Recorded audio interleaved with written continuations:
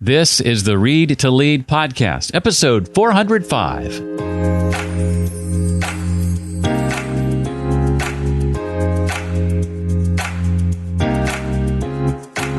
There's more chaff in the workday, probably than you'd like, but the goal is not to fill all that excess time with other non-essential stuff, but it's really to get to what does your team need to get done? How does your team need to get it done? And what kind of attention and energy do they need to do that work?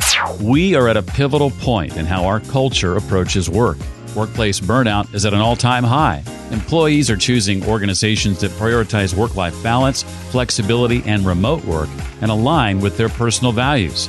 As a result, organizations are forced to reevaluate their structure, priorities, and communication, but often have no idea where or how to begin.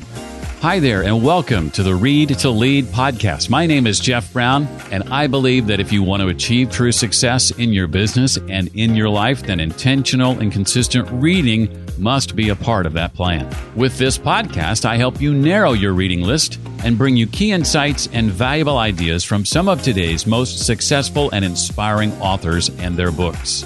That author today is Elizabeth Knox. She and Katie Butler have written a book called Work, Reimagine, how the power of pace can help your organization achieve a new level of focus, engagement, and satisfaction. I'll be asking Elizabeth about what happens when we measure how effective we are at work by how long we work rather than by outcomes, why our work days and our workplaces are not designed to facilitate focus, and what to do about it. I'll ask her about the realities of burnout as well, and much, much more. Hey, if you're looking for assistance with employee training, whether it be in the form of a workshop, maybe helping facilitate a book club, or you're looking for a speaker for your next event, especially if the areas you're looking for help with are in and around personal and professional development, mindset, reading habits, and the like, I hope you and I can connect to talk about it. You can reach out to me easily, Jeff at readtoleadpodcast.com. I've spent some time recently since the release of my book in front of folks at LinkedIn, Disney, and more, and I'd love to help your organization. Again, it's Jeff at readtoleadpodcast.com. And for more on my book, visit readtoleadbook.com. That's readtoleadbook.com. Elizabeth Knox is the founder of Match Pace, an organizational effectiveness company that helps teams work well and live well. She empowers teams to work effectively by helping them learn how to create space for collaboration and synergy, and to minimize the mess of a typical workday so they can do the deep work that supports the mission of the organization and ensures people have time for their other priorities. Her new book is called Work, Reimagined, how the power of pace can help your organization achieve a new level of focus, engagement, and satisfaction. Well, Elizabeth, I'm excited to have you here. Welcome officially to the Read to Lead podcast. Thank you, Jeff. I'm really excited to be here. And I would be remiss if I didn't give a shout out to our mutual friend, Coach Lisa Lewis, who is responsible for making this introduction. Without her involvement, we might not even know each other. So be sure and check Lisa out at LisaLewisCoaching.com. How do you know Lisa? I met Lisa through Forward, which is an organization for professional Christian women. And then she's actually my coach. So I so appreciated her kind of thoughtful engagement with our conversations. And I knew that she would have the skills and the wisdom to help me as I progress as a human. So I know her personally and professionally. Well, let's, with regard to your book, let's start with a definition. A book that's been out since September, I think 21st or something like that. September, yeah. So let's have you kind of define this word pace. So we'll be tossing that word around quite a bit in our conversation. What do you mean by pace at work specifically? Yeah, so what we mean by that is the established rhythms and expectations of the workplace. So what we want is for an organization to be running at a healthy, sustainable pace and accomplish their mission over the long term without burning out. And so the key word here is sustainable. You can definitely be effective in the short run, running at a really, intense pace, but we want organizations to be sustainable over the long haul. And so you need to be able to sustain your effectiveness by sustaining it at a pace, at a healthy, sustainable pace. Mm. And you bring up something that you highlight specifically in the book, and that is that at MatchPace, you focus mainly on the organization, because if you focus only on the individual, then they're only going to go so long before the organization derails them. So the focus with this process is really on the organization first, the individual second. Is that Yes. Is that an accurate way to say it? Absolutely. Because you can do all of your own kind of organizing yourself, organizing your own attention, organizing how you want your day to go or how you want to work. But if you're working in this organization that's kind of a ball of chaos and they don't have their stuff straight, it doesn't matter how straight you want your stuff to be. Right. So we want to create environments. We want organizations to be healthy, sustainable environments for people to be able to do their best work. I just read an article on this yesterday. I know you know this because I sent you this article, but talk a bit about why we still use time to measure our work and what happens when you measure how effective you are by how long you work rather than by outcomes. Right. I mean, I think the easy reason why we still use time is because we just have for a long time. I think that's a lot of it. And it made sense in an industrial mindset because the longer you were in a factory or the longer you were working, the more work you could produce. So it makes sense. And it makes sense when we think of machines, that machines can run. Machines don't get diminishing marginal returns the longer the workday stretches. So we kind of have this industrial mindset to work. And people are starting to question it now, which I'm really grateful for. But we've never really taken a hard look at it and said, hey, how could we do this differently? And how could we do this differently? And how could we do this right? There have been steps towards it, but we just haven't quite made the transition yet. I know the research you've studied has some pretty stark revelations, one of them being related to the question I want to ask next, and that is this. What is the typical response from company leaders when you tell them that the average knowledge worker gets about 2.5 hours of productive work done every day? I mean, the general response, and, we don't really lead with that. People can take great offense to that. They feel like there's something, criminal almost to that. And so we don't lead with that, but we eventually get to, hey, there's more chaff in the workday, probably than you'd like. But the goal is not to fill all that excess time with other non-essential stuff, but it's really to get to what does your team need to get done? How does your team need to get it done? And what kind of attention and energy do they need to do that work? And so once we get to know, an organization, and one thing that I want to point out is we really try to enter these conversations without judgment. I think someone hears that and they get defensive, and we really are not looking to condemn anybody or to attack anyone's work style. We're really trying to get to what will help your organization function at its absolute peak. And, you may find that actually, given the intensity of the work that you want people to do, and given the way the human brain works, 2.5 hours of productive work plus some what we call sustaining work, like that's about what a human can do. And what you want is for those times to be really focused, for those times to not be dispersed all over the day. What you want is for them to be focused on the right things. And so, when we get to the point of having that conversation with a leader and they kind of get past the initial defensiveness and we start to talk about it, we can start to build a workday that really leverages people's peak energy and leverages the most important things that need to get done and make sure that there's enough sustaining work that keeps the organization running. And then all of a sudden it's like, oh yeah, that is a really good way to work. So we usually get there.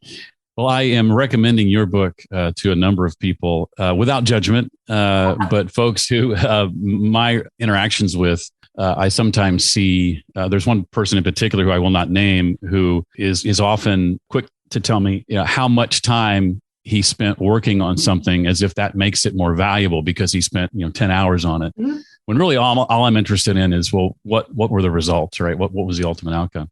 Talk about, you make a distinction between things like time management and energy hacks and attention. Talk about the difference between those in your view. Yeah. So I recognize that I have to talk about my work a little bit differently because a lot of times people do they're like, oh, you're a time management consultancy or you're a productivity consultancy.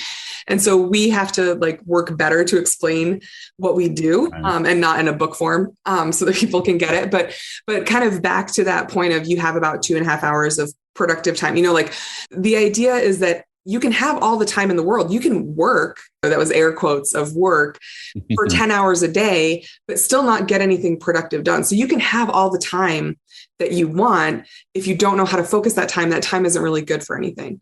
Or, you can do different productivity hacks or energy hacks, but if they're not focused on the right work that needs to be done, it doesn't matter. You can hack your calendar to look a particular way, but if you aren't clear on your priorities and clear on how you're going to get those priorities done, energy hacks don't work. And so that's where, sometimes people are disappointed then when like their initial conversations and they think what our work is going to look like, they think it's going to be quicker wins. And we do try to have quick wins, but it really is about organizational transformation in terms of everybody knowing their priorities, everybody knowing their, having defined accountability, who's responsible for what and who's not responsible for what, and having honesty and trust and, and having like working on attention management. These things take time to unravel an organization from the way they have been to the way they want to be more focused. So we're not about time management. We're not about energy hacks. We're really about like organizational effectiveness.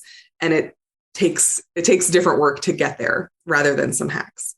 Yeah, I know you're familiar with the work of Molly Fletcher, who endorsed your book. She wrote a book called The Energy Clock. I've had her on the show, and I'm a big proponent of what she talks about with regard to viewing the things you have to do, your calendar, et cetera, through the lens of energy, what gives you energy versus what zaps your energy. Is that an energy hack in your view, or is her work different than what you're talking about here with regard to energy hacks? No, I wouldn't call that an energy hack. I'm trying to think of a bad productivity hack or something, or just not a bad productivity hack, but something incomplete. Like an incomplete productivity, like block your calendar. Well, if you're not really clear on what your priorities are, it doesn't matter if you block your calendar. It doesn't matter how you spend that time if it's not on the most important things.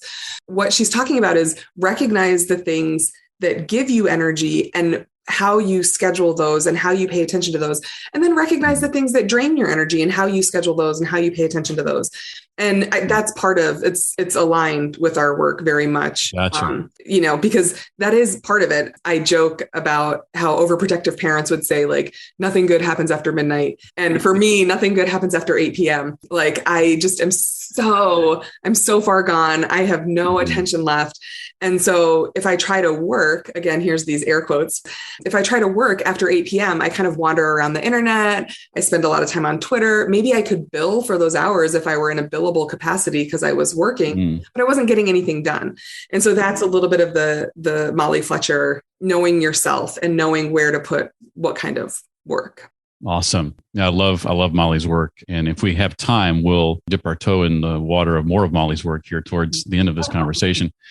Some might say that the simple answer to this issue is the flexibility to work from home part of the time, something that a lot of companies have been forced to grapple with since the pandemic. What would you say to that? It's really more than that, right? It's not just that simple. Yeah. No, it's not that simple. A lot of people were like, oh, flexibility, telework, like this is what you've always wanted. And again, I'm like, oh man, my message has not been clear. If people have seen this and thought like, oh, this is what I always wanted, because what I want is an organization that's really clear on their priorities. And I have been surprised when we've gone in and consulted with organizations, like how often it happens that they're not. They're not clear on their priorities, or people aren't clear on their roles, or people don't actually trust each other. And so for flexibility and telework to work, all of those things need to be there.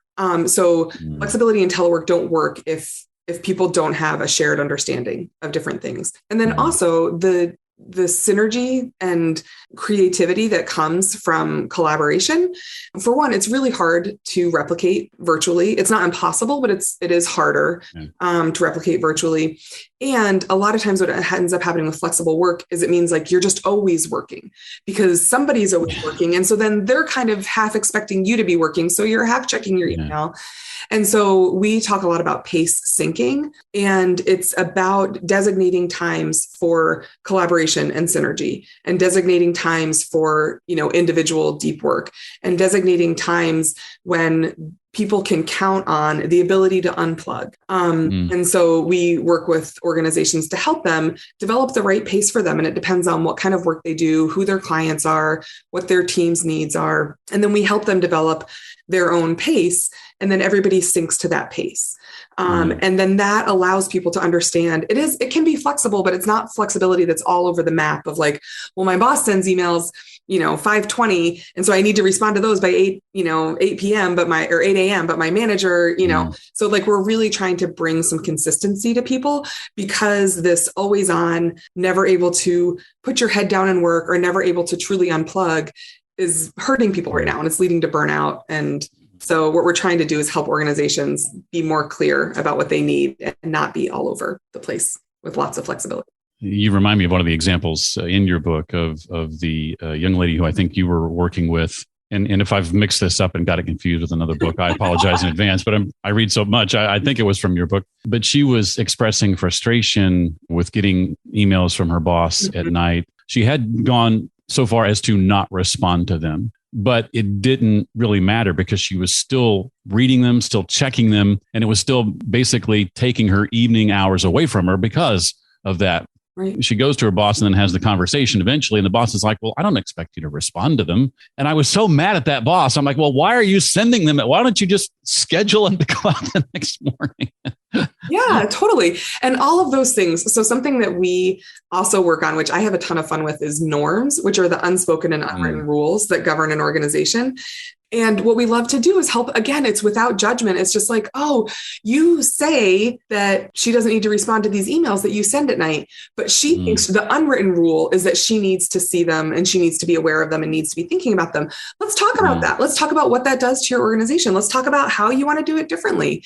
Like, it's not condemnation of this boss. It's not condemnation of this, young woman who's a teammate. It's just like, oh man, I didn't understand the impact my behavior was having on somebody else. I don't want my behavior to have that impact. Let's figure out something else. There's an argument of like, well, you send the email whenever you're done with it so that when they get on, it's available, because, maybe they get on at 5 a.m. and you want them to see there's just all different ways to do it, but it's the clarity and the communication and the trust that someone actually means that. To be able to trust that your boss means, oh, I don't want you to respond to that at 7 p.m. if you're not working. I'm just sending it so that it's there whenever you are. If you can trust that your boss means that, it means you can work so much better rather than operating out of fear. Or, that's a perfect example of like time management. She's not working at night, but all of her attention is gone because stewing about things. Yeah.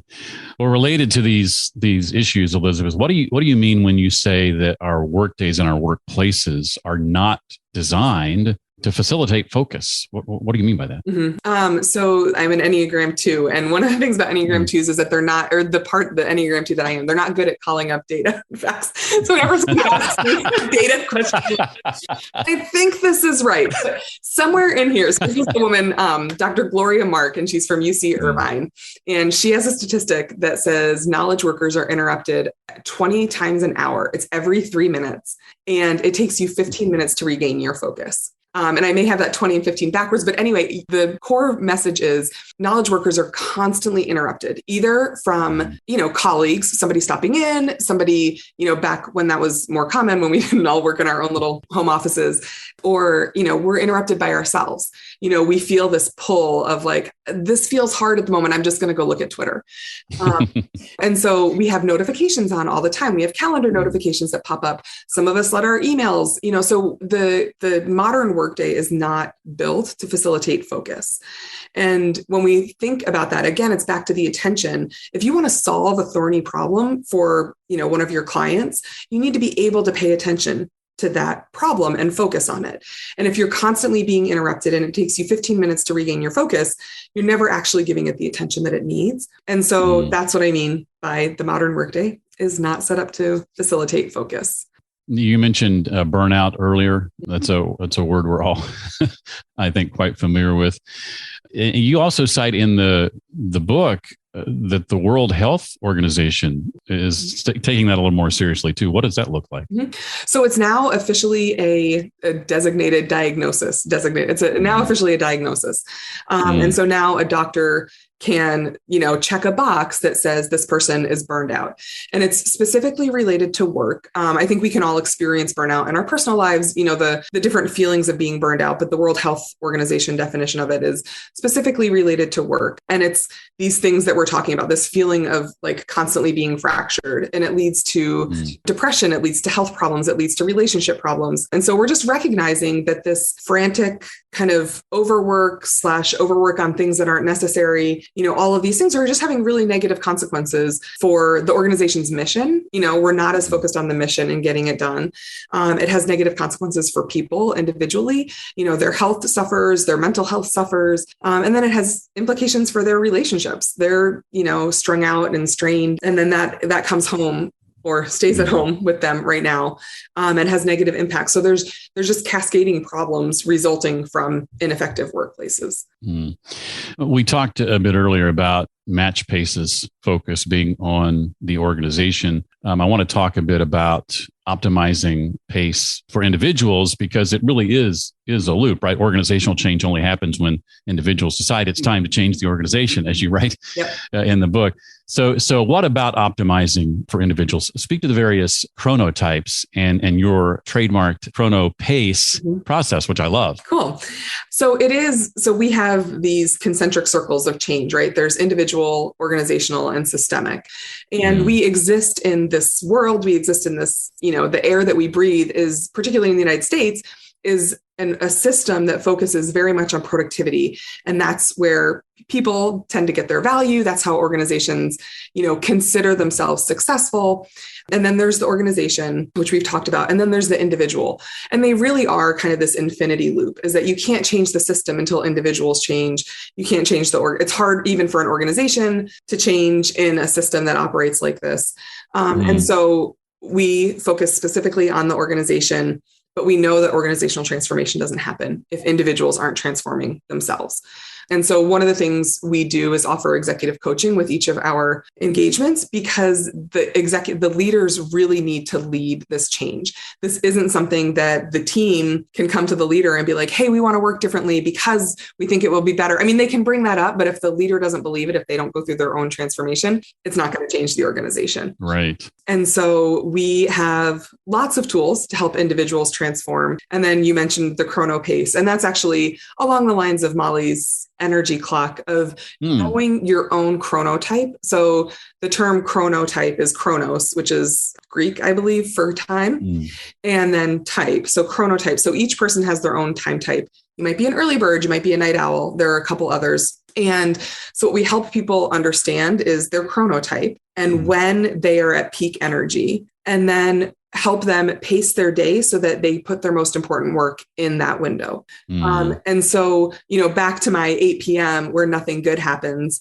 if you get me at 5 or 6 a.m., I can just knock stuff out.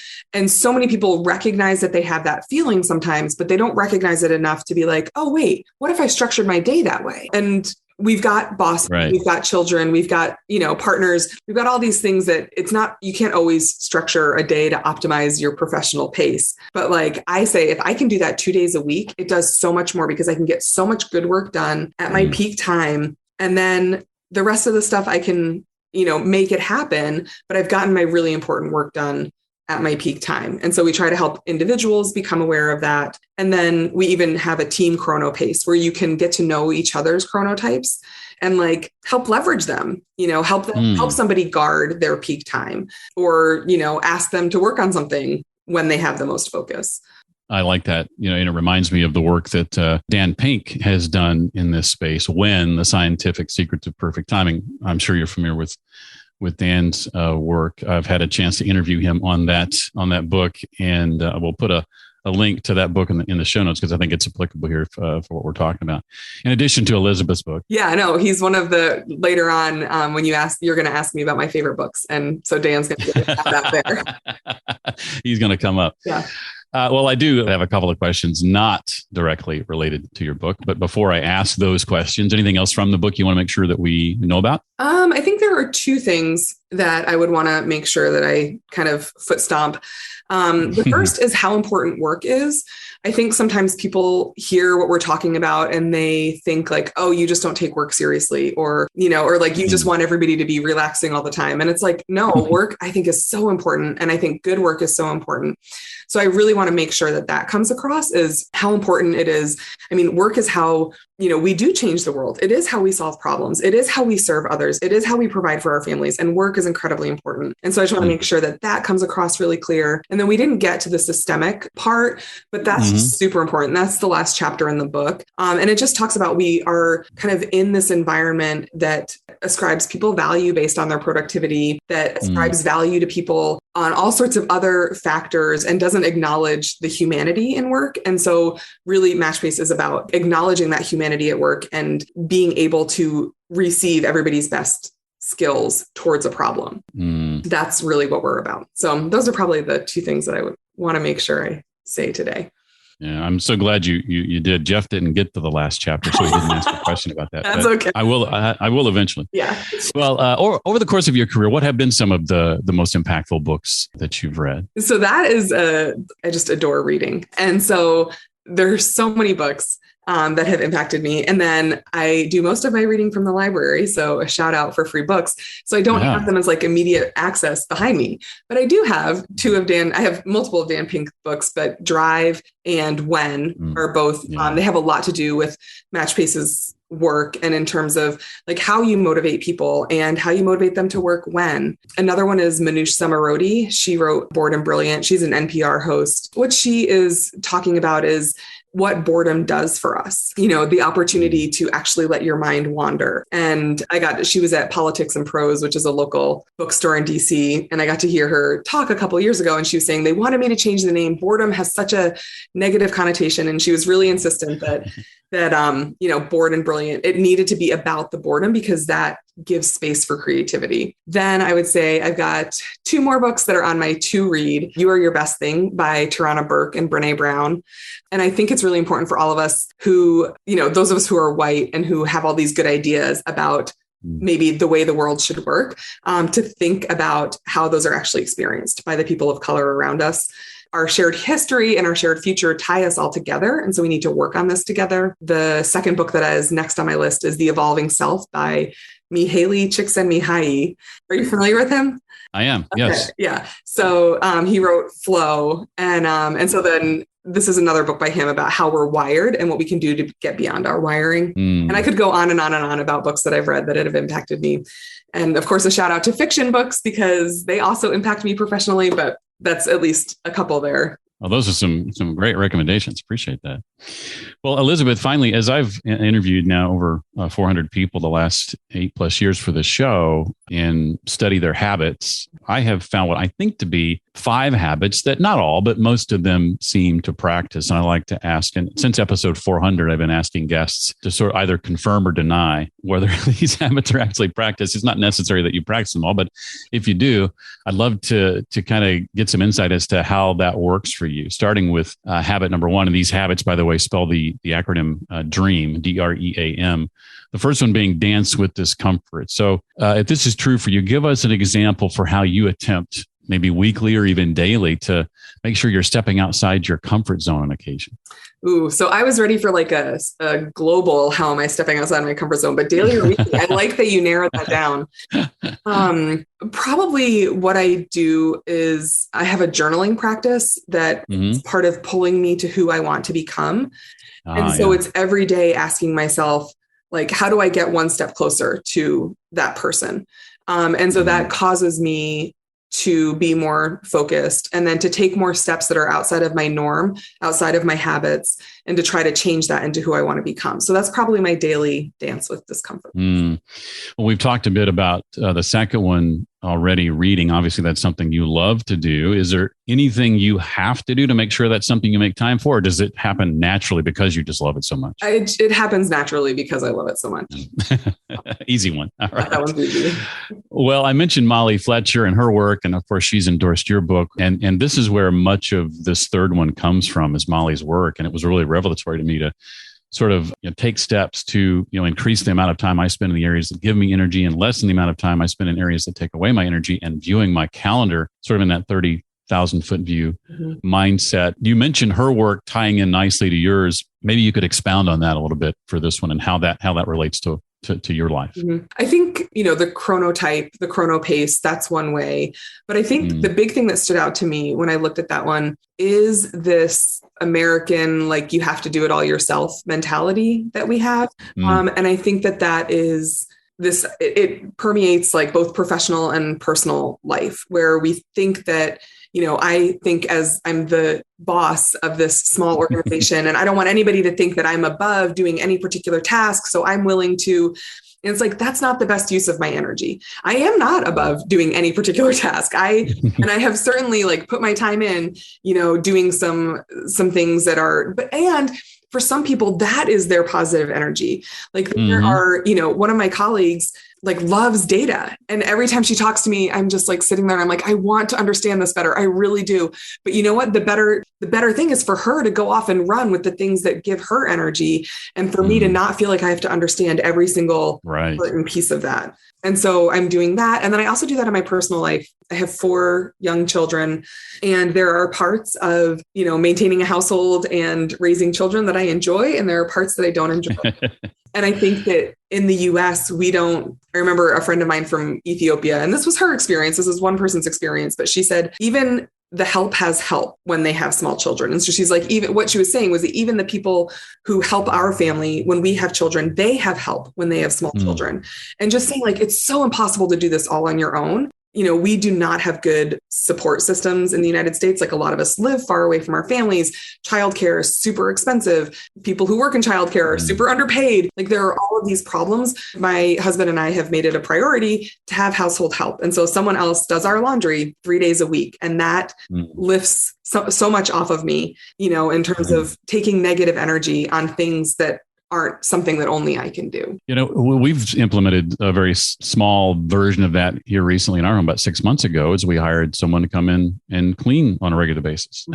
Yeah. Neither of us work outside the home. We both work from home, but it's not something either one of us really has a lot of time to put toward. And we dealt for a long time with the guilt of just like hiring someone to come in and do that. I remember I used to mow the lawn myself. I haven't done that for 5 or 6 years. And I dealt with guilt for hiring someone to do that for me because, I was raised and what was modeled for me was you do that yourself.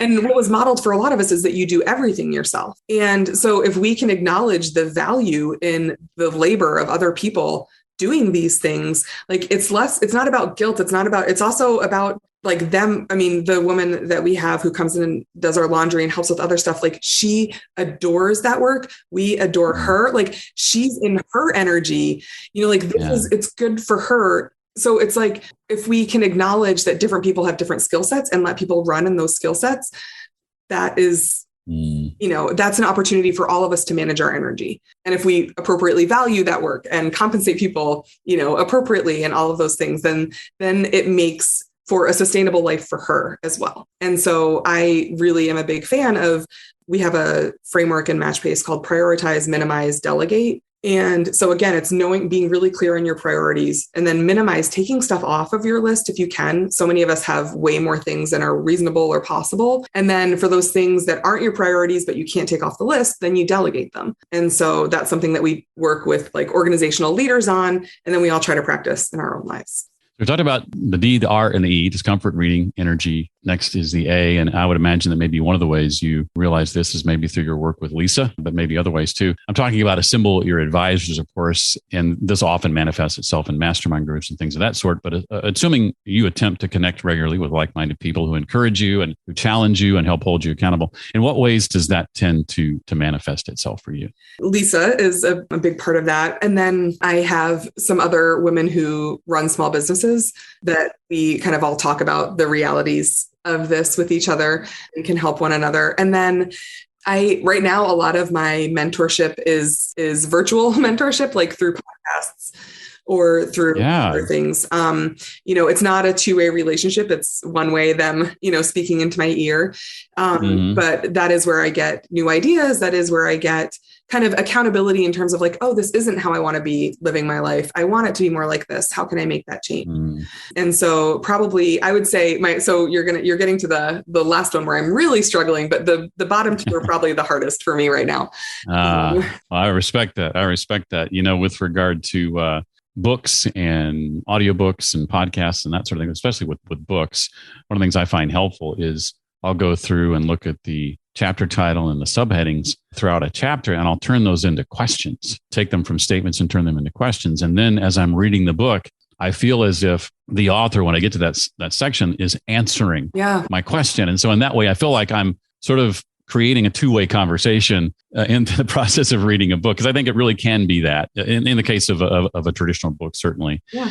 Well, let's go to mastering your mornings. That's the M in the equation. And you mentioned journaling earlier. I'm imagining that probably happens oftentimes in the morning. Do you have a consistent morning ritual?